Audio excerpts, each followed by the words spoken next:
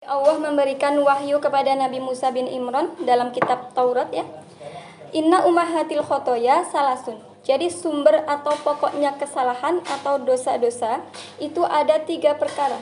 Yang pertama al-kibru. Kibru itu sombong.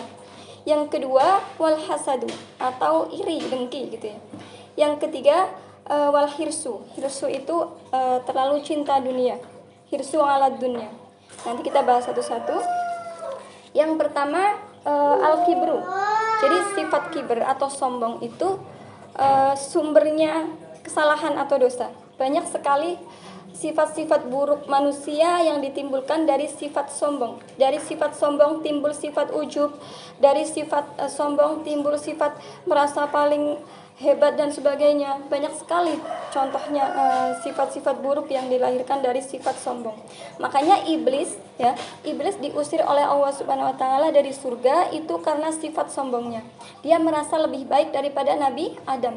Dia disuruh sujud kepada Nabi Adam, dia menolak, membangkang gitu ya. Makanya kita kalau disuruh sama suami, masak gitu ya. Itu jangan membangkang. Yang penting terserah kita mau masak apa, biarpun masak cuma mie rebus gitu ya, yang penting kan masak, yang penting nggak membangkang. Jadi yang Allah benci dari kita itu sebab membangkang. Allah tidak suka dengan iblis itu sebab iblis membangkang. Disuruh sujud kepada Nabi Adam, dia malah tidak mau gitu ya. Dia merasa bahwa dirinya itu diciptakan dari api, disuruh sujud kepada orang yang diciptakan dari tanah, makanya dia membangkang. Dia punya sifat sombong. Dia merasa lebih baik daripada Nabi Adam, makanya dia diusir dari surga gitu ya. Nah itu sifat sombong. Yang kedua wal hasadu. Hasad itu iri atau dengki. Kalau dalam kitab Taisir ya, Taisirul Khalaq itu hasad itu mengharapkan kenikmatan orang lain itu hilang. Jadi banyak sekali contohnya ya. Kita kalau nonton sinetron ya Bu ya di Indosiar itu, ketahuan ibu-ibu yang suka nonton di Indosiar ya, itu nggak apa-apa kita nonton sinetron tapi kalau ada hikmahnya. Jadi kita kalau nonton film, nonton sinetron itu diambil hikmahnya, jangan cuma nonton yang ganteng-ganteng saja, jangan cuma nonton yang karena good lookingnya gitu ya, tapi nonton karena ada hikmah dari film tersendiri. Nah jadi banyak sekali contoh dalam film itu ada orang yang punya bisnis sedang merintis karir gitu ya, kemudian ada orang yang iri, dengki, hasud gitu ya, dia ingin kenikmatan atau hartanya itu hilang, kepengen orang lain itu kenikmatannya hilang, dia menghancurkan bisnis orang lain ya. Kemudian ketika bisnis orang lain tersebut sudah hancur, dia seneng, jadi dia itu seneng bersenang-senang di atas penderitaan orang lain gitu ya. Jadi kalau ada orang lain yang lagi susah, kita malah seneng. Kalau ada orang lain yang lagi seneng, kita malah susah, sebaliknya. Nah itu ciri-ciri orang yang punya sifat hasad atau iri, dengki gitu ya.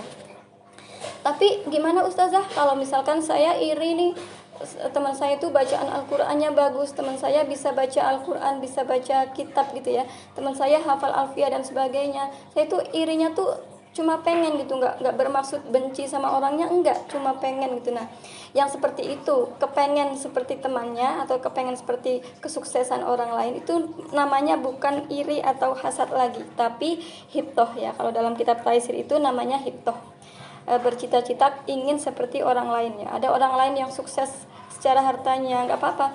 Ada orang lain yang sukses secara misal hafalan Al-Qur'annya dan sebagainya. Ada orang lain yang sukses secara ilmunya, kita kepengen tanpa kita ingin menjatuhkan, tanpa kita membenci orang tersebut. Nah itu namanya hibtoh, itu justru yang dianjurkan supaya kita punya semangat untuk menjalani hidup, punya semangat untuk insecure dan sebagainya. Kita hidupnya jadi semangat gitu ya, jadi tidak banyak mengeluh gitu. Kemudian yang ketiga wal hirsu ala dunia, terlalu cinta dunia gitu ya. Jadi orang kalau udah terlalu cinta dunia nih, apa-apa jadi gelap gitu ya.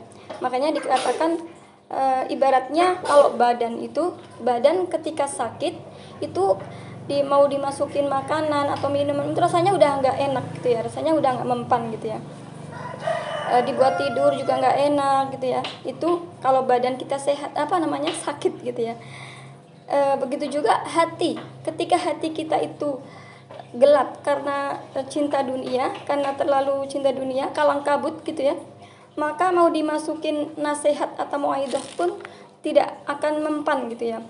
Kita udah kadung cinta dunia misal gitu ya, ada orang yang nasehatin, ada orang yang memberikan pitutur baik gitu ya, kita gak suka, udah gak usah nasehatin gitu, gak usah sok nasehatin. Nah itulah ciri-ciri orang yang hatinya itu keras. Kenapa keras? Sebab hatinya sudah kalang kabut oleh harta duniawi gitu ya.